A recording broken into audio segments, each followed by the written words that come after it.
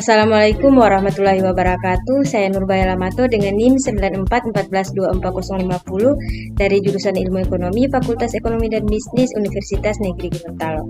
Video ini saya buat untuk memenuhi tugas Ekonometrika 2 dengan dosen pengampu Pak Dr. Bobi Rantau Payo SSI ME. Pada kesempatan kali ini, saya menginterpretasikan hasil analisis regresi data panel menggunakan aplikasi Evius. Penelitian ini bertujuan untuk menganalisis pengaruh tingkat pengangguran terbuka atau TPT, kemudian pertumbuhan ekonomi atau PE, dan rasio lama sekolah atau RLS terhadap tingkat kemiskinan. Dalam analisis ini, tahap yang dilakukan meliputi pemilihan model, regresi data panel menggunakan uji Hausmann, kemudian dilanjutkan dengan interpretasi persamaan regresi uji parsial atau uji T, dan akhir uji simultan atau uji F. Nah, di sini pemilihan model regresi data panel uji Hausmann. Pertama, saya akan menjelaskan hasil uji Hausmann digunakan untuk menentukan model terbaik antara Fixed Effect Model atau FEM dan Random Effect Model atau REM. Berdasarkan hasil output Evius, pada gambar diperoleh nilai C-square-nya yaitu ada 6,624963. Derajat bebas atau DF sebanyak 3 nilai probabilitas sebesar 0,849. Nah, dasar pengambilan keputusan dalam uji Hausmann adalah jika nilai probabilitas lebih kecil dari 0,5, maka H0 ditolak dan model yang dipilih adalah Fixed Effect. Jika nilai probabilitas lebih besar dari 0,5, maka H0 diterima dan model yang dipilih adalah Random Effect. Karena nilai probabilitas sebesar 0,0849 lebih besar dari 0,5, maka H0 diterima. Dengan demikian, model yang paling tepat digunakan dalam penelitian ini adalah Random Effect Model atau REM. Artinya, analisis dan interpretasi selanjutnya didasarkan pada hasil estimasi Random Effect. Kemudian selanjutnya ada penjelasan koefisien variabel. Selanjutnya saya akan menjelaskan hasil pengaruh masing-masing variabel independen terhadap variabel dependen, yaitu kemiskinan berdasarkan output Evius pada bagian cross section random effect test comparison. Diperoleh nilai koefisien sebagai berikut. Variabel TPT atau tingkat pengangguran terbuka, koefisien fixed sebesar 0,133549, koefisien random sebesar 0,123821.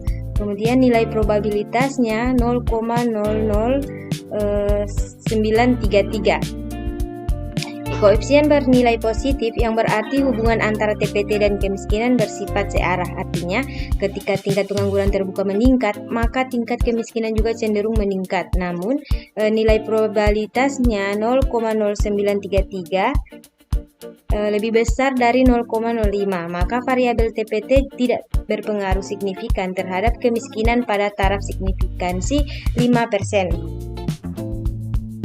Kemudian tingkat pengangguran terbuka kemiskinan dugaan bersifat positif. Artinya apabila tingkat pengangguran terbuka meningkat, maka tingkat kemiskinan cenderung meningkat. Hal ini karena masyarakat yang menganggur tidak memiliki pendapatan yang tetap, sehingga kemampuan memenuhi kebutuhan hidup menurun.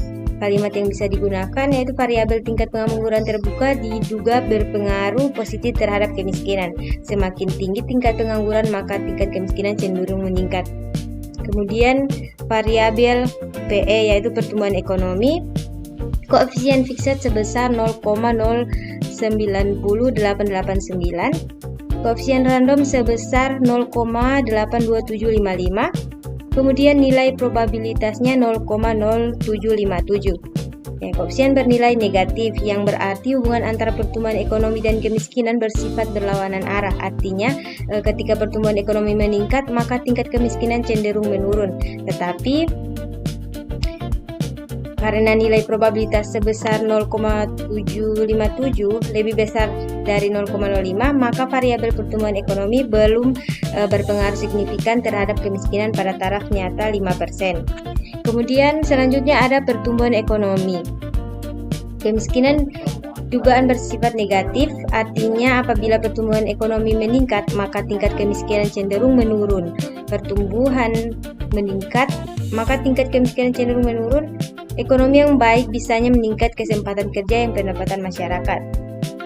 Kalimat yang bisa digunakan yaitu variabel pertumbuhan ekonomi diduga berpengaruh negatif terhadap kemiskinan. Semakin tinggi pertumbuhan ekonomi, maka tingkat kemiskinan cenderung menurun.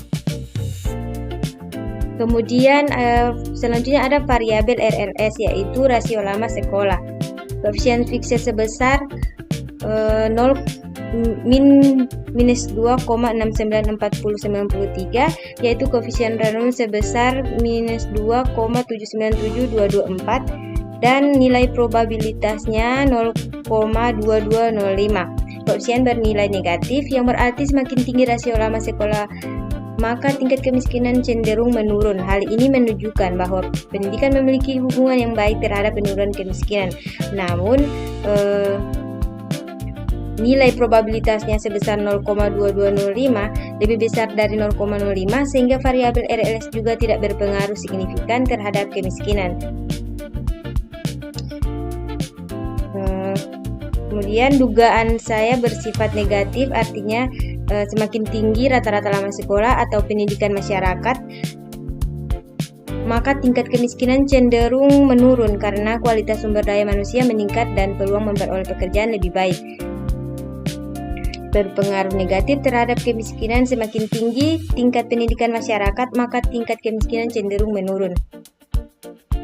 Selanjutnya, saya akan menjelaskan hasil uji T atau uji parsial. Uji T digunakan untuk mengetahui apakah masing-masing variabel independen secara individu berpengaruh signifikan terhadap variabel dependen.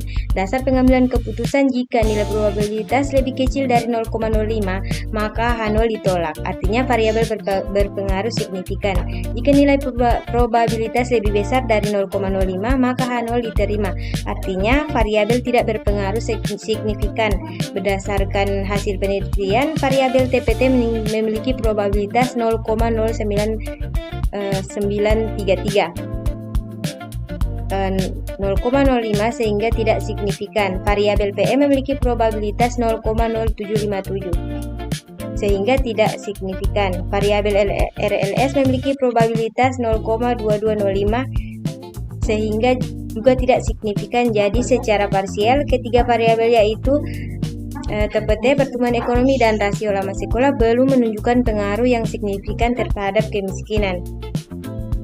Kemudian selanjutnya saya akan menjelaskan tentang uji F atau uji simultan. Selanjutnya adalah uji F atau uji simultan digunakan untuk mengetahui apakah seluruh variabel independen secara bersama-sama mempengaruhi variabel dependen.